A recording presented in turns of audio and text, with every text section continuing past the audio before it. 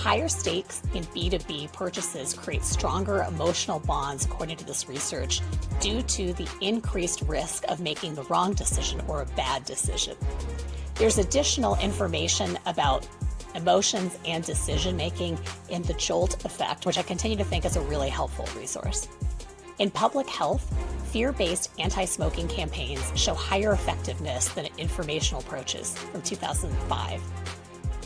In finance, participants without access to the emotional processing centers of the brain made better financial choices than control subjects in a 2005 study. Financial markets are heavily influenced by collective emotions such as fear and greed. That one might not be surprising from 2016. In politics, music and images in television ads evoke different emotions, so when the text remains the same but the music or the creative changes, the emotional response of viewers changes. Politically informed people are more easily swayed by emotions, more so than less informed people, which is probably surprising to folks like myself who tend to be pretty politically informed. And finally, the emotions of political leaders often shape geopolitical events. That is also probably not surprising from research in 2007. In the legal field, jurors' emotional responses can influence verdicts more than factual evidence from 2007. In education, emotional engagement better predicts learning outcomes than cognitive factors. That's from 2014. In the medical field, patients often make treatment choices based on emotional factors rather than statistical outcomes or what we would call hard data from 2014.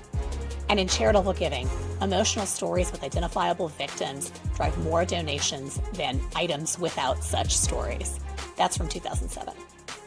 The research also provides a few strategies for better decision making so that you make the most of your emotions, or if you're on the flip side of this and you're in an organization seeking to influence the behavior of customers, buyers, or a target audience, that you're making the best use of this.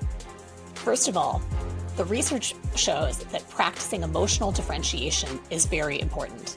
Second, recognize emotions' adaptive role while staying aware of potential biases. And third, consider both immediate and emotional impact and long-term consequences. Researchers also found evidence of some strategies that can help us make better decisions, keeping in mind the power of emotion. First, increasing awareness of the source of one's emotions can reduce their impact on unrelated judgments. Second, cognitive reappraisal strategies can be effective in regulating emotions and their effects on decision making.